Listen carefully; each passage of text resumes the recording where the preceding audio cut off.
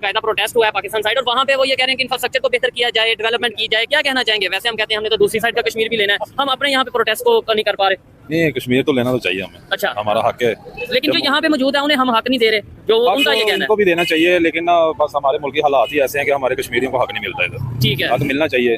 अच्छा, चलें कश्मीरियों को छोड़े, लाहौर में क्या आपको लगता है कि राइट्स मिल रहे हैं सारे, मतलब आपको आपका हक मिल रहा है इन्हें सबको? नहीं, कहीं भी नहीं मिल रहा। हर जगह पे बुरा हाल है, जहाँ भी जाओ महंगाई इतनी ज्यादा है कि हर बंदे का अपना मर्जी का रेट है। हुकूमत का भी इसमें बहुत बड़ा काम है कि वो इस चीज को कंट्रोल नहीं कर रहे। और जिस तरीके से भारत के जो हमारे विदेश मंत्री हैं डॉक्टर एस जयशंकर, उनके स्टेटमेंट से पूरे पाकिस्तान की पतलून गीली हो गई थी जब उन्होंने कहा था कि हाँ, हम कश्मीर पर बात करेंगे, लेकिन हम पाक ऑक्यूपाइड वाले कश्मीर पर बात करेंगे, ना कि इंडिया वाले पार्ट के ऊपर बात करेंगे। तो पाकिस्तान कब खाली कर रहा है ये बताइए। इस चीज ने इनके पेट खराब कर दिए। दुनिया बहरी हो चुकी है। इसका मतलब ये कि दुनिया ने ये मान रहा है, अनजाने में सही ये मान रहा है कि दुनिया ने पाकिस्तान की बात सुनना बंद कर दिया है कश्मीर। और अब अनजाने में सही या यूं कहें साइलेंटली सही, शांत तरीके से कही सही, पाकिस्तानी आर्मी चीफ ने यह मान लिया कि हाँ, भारत आगे निकल चुका है। ये जो वजीर दाखिला है और ये जो वजीर खारजा है, इन सबको देखो तो इन्होंने आके तो वो पीसी और एफसी को जमा करके तो आजादगारी से सबक सीखते हैं, यहाँ तक कि अपनी मुसीबतों से भी ये सबक नहीं सीखते। लाइलाज लोग हैं।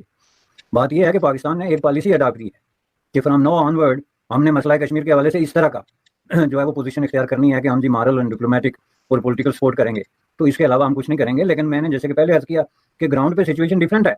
जो दहशतगर्दी है, क्रॉस बॉर्डर इन्फिल्ट्रेशन है और इस तरह के वाकयात हैं, उनको नहीं रोका गया। वो वाकयात जारी हैं। ये नौजवानों को इस तरीके से इंस्टिगेट करके उनको शहीद कराया जा रहा है, मरवाया जा रहा है। तो ये सिलसिला तो इस पूरे पैकेज में तब अमन की बात आती है जब सबसे पहले इसी को कंसंट्रेट किया जाता है या किया जाएगा। और जाहिर है कि ये भारत की तरफ से, महज इसलिए नहीं कि भारत की तरफ से ये बुनियादी शर्त है कि अमन के लिए जरूरी है कि आप दहशतगर्दी पे काबू पाएं, बल्कि लॉजिकली ये बात बड़ी इंपॉर्टेंट है कि आप अगर अमन की तरफ बढ़ना चाहते हैं तो आप जंग और दहशतगर्दी को डिस्करेज करेंगे, उससे अपने आप को डिसएसोसिएट, डिस्कनेक्ट करेंगे। कश्मीर इंतहाई खूबसूरत इलाके हैं, बहुत खूबसूरत। आप मुझे जाने का इत्तेफाक हुआ है कश्मीर का, लेकिन उतना ही खतरनाक।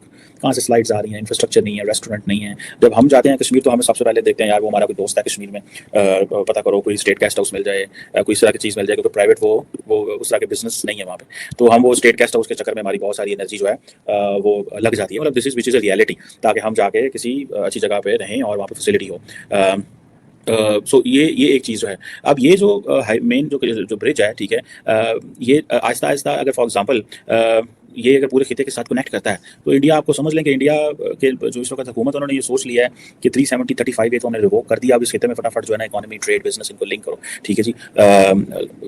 अगर ये लिंक हो जाते हैं तो then it will be important. मेरा ख्याल है कि एक प्रोजेक्ट और भी चल रहा है और वो कहते हैं कंप्लीट होने के करीब है कि दो जो एशिया की बड़ी टनल्स हैं, ठीक है जी, मेरा ख्याल है जोजिला जो कि कश्मीर और लद्दाख को कनेक्ट कर रही हैं, वो भी they are about to be completed, ठीक है जी, और वो इस प्रोसेस में कंप्लीशन में। सो इनहेंस्ड कनेक्टिविटी जो है वो अगर होती है, if the connectivity gets enhanced, ठीक है, तो मिलिट्री लॉजिस्टिक्स को, इकोनॉमी को, टूरिज्म को फायदा जो है वो हो सकता है। और अगर रेलवे ब्रिज ये सारा बन रहा है तो दैन आप इमेजिन कर सकते हैं कि चीज़ें किस तरह, ये चीज़ें आइंदा आने वाले दिनों में it could be important. So military value तो है ही है, लेकिन एक पोटेंशियल अपील थी इस खिते के लोगों की।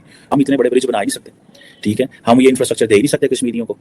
तो फिर और कश्मीरी हमसे वैसे नाराज रहते हैं। ये ज़लज़ले बाहर के जो जितने पैसे आते हैं वो सारे हम यहाँ रख लेते हैं, और वो जो कश्मीर की हुकूमत होती है वो हमारा एक बैटर मिनिस्टर चला रहा होता है। तो फिर लोगों को भी दुख होता है, हमें भी दुख होता है यार कि ये क्या कर रहे हैं, ठीक है जी। और ये चीज़ें जो हैं अब वो, एंड देन दिस इज ज़माना ऑफ सोशल मीडिया।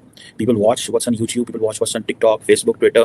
तो वो देखेंगे कि भाई हाँ, अगर इंडिया कश्मीर में ये ब्रिज मिल रहा है, ये इंफ्रास्ट्रक्चर आ रहा है, अगर उनके जो एप्पल हैं, अगर वो कोई $1.5 अरब डॉलर के एप्पल ही बिक जाएँ, वो $2 मिलियन कि जो क्या उससे बोलते हैं यार, 2 मिलियन टन का फॉर एग्जांपल वो कर रहे हैं, क्या वो उसको बोल रहे हैं, एप्पल हो रहे हैं तो 2 मिलियन टन। तो अच्छा है ना कि हमने तो सारा कुछ कर लेना। तो they knew that this is a potential in Kashmir, if we invest this money, kind of money here, it can get pay us back. So militarily भी हम स्ट्रॉन्ग हो जाएंगे, सोसाइटी में पैसा जाएगा, इकोनॉमिकली होगा, और इस प्रोजेक्ट के पैसे भी आएंगे और लोग खुशहाल होंगे, वो जो एप्पल टाउन बने हुए हैं। So national integration and India security infrastructure के लिए। सो अब आप इमेजिन करें कि पाकिस्तान जो है कश्मीर के अंदर इन्वेस्टमेंट करना हमारे लिए नेशनल इंटीग्रेशन नहीं है?